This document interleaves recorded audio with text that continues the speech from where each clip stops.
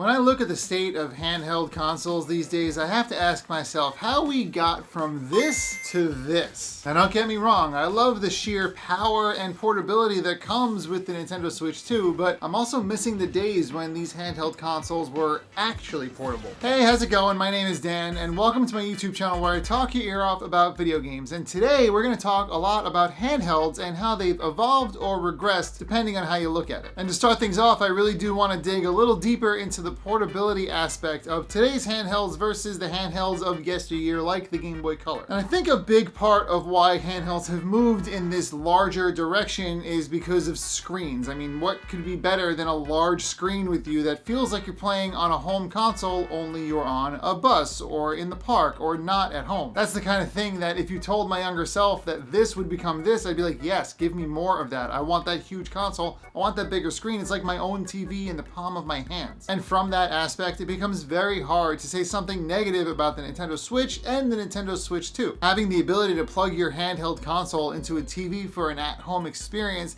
just seems like the future to me, and I think it is. But to also have this thing that I have to really think about bringing with me when I go somewhere compared to something else where in the past I wouldn't be caught outside without my 3DS. It was usually really easy to just throw in my jacket pocket or bring with me depending on what bags I had. And in the case of the Game Boy era, specifically the Game Boy Pocket, Game Boy Color, it was a lot easier to just throw this thing in your pocket, specifically because we didn't have a pocket dedicated for our cell phones. It's a really funny thing to think about that we actually just had more pocket space by default when these consoles were popular. But when you keep in mind that these are both considered handheld consoles, then you have to realize that there's this new thing that is handheld but not portable. And that's made clear by the fact that this handheld portable console called the Game Boy Color can fit very easily within the screen size of the Nintendo Switch 2. And in the case of the Nintendo 2DS XL, which is one of my favorite handheld consoles, it also fits very easily within the scope of the Nintendo Switch 2's screen. So my main point here is that we've got the handheld portable console era, and now we've just got the handheld console era. You can hold it in your hands, and by that measure, it is considered handheld. And the markets for these consoles, in my opinion, are very different individuals. This is for a person who does see themselves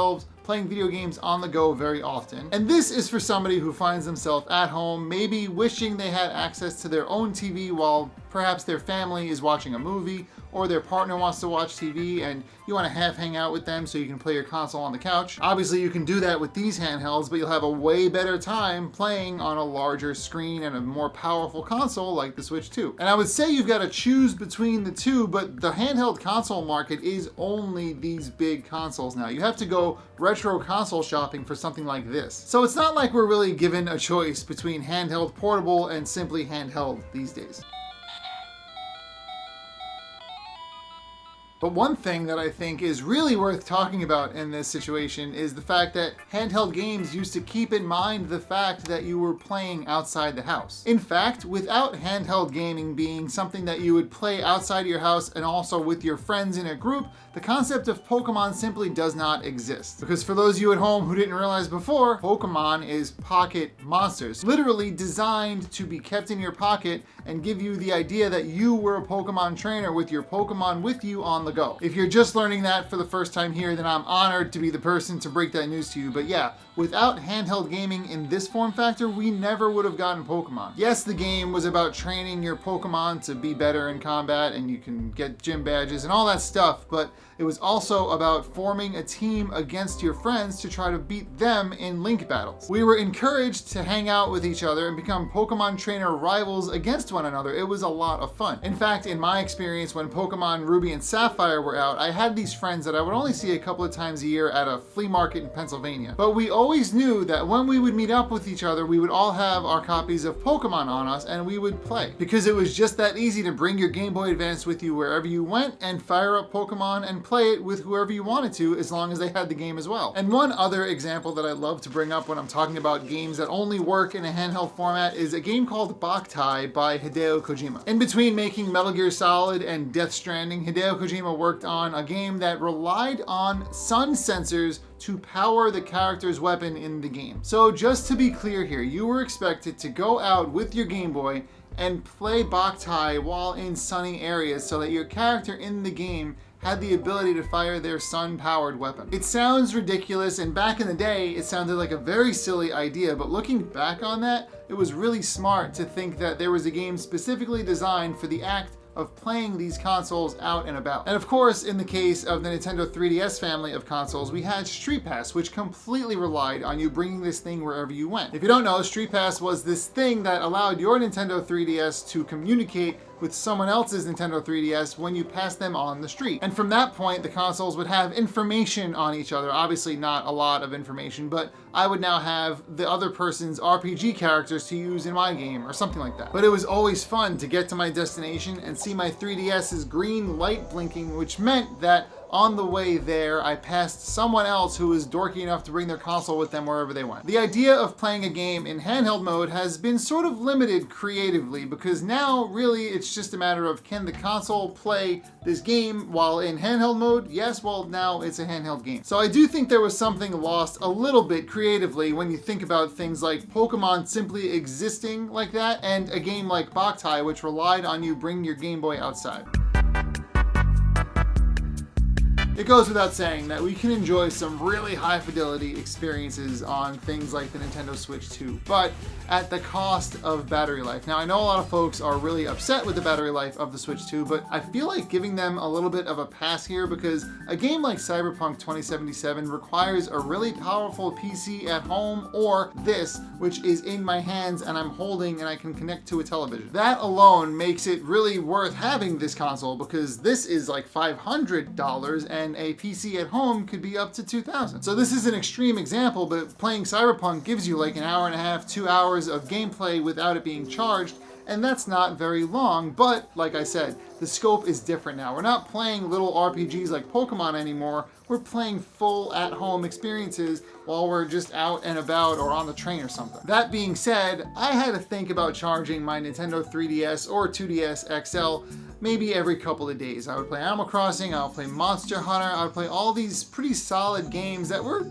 you know, good for the time, and I didn't really worry too much about battery life in one session. I think where this becomes most apparent is when you're on a trip like a flight, where you're really relying on your console to last maybe 6 hours or 5 hours because you don't want to think about the fact that you're on a plane, and that's where the Switch 2 and things like that start to fall short. Because yes, on one hand, it's amazing that you can play all of these really high fidelity cool games on the go and on a plane, but for how long? And to that end, I feel like the idea of the handheld console starts to lose the plot of why it's a handheld in the first place. So we're at this point where consoles are getting bigger and more powerful, can play really awesome games, but their batteries really don't last that long unless the console starts to get bigger still so it can fit a larger battery. And while the Switch 2 is large and I think a little too big, the ROG Ally Xbox thing is gigantic, to the point where it has its own ergonomics for holding it, because they are aware of how large and heavy this thing is going to be, and they want to make sure people don't complain about getting carpal tunnel or something. And don't get me wrong, I think it's great that Xbox and ROG are keeping ergonomics in mind. Nintendo sort of leaves that up to you, where you've got this flat console that feels fine-ish to hold, but you'll be better off buying a grip for your console. I've got one on my Switch OLED, I've got one coming for the Switch 2. But I think for me, it just brings into focus the fact that we never really compared about the ergonomics of a console like the Nintendo 3DS or the 2DS XL. We just didn't have to think about it because these aren't that heavy,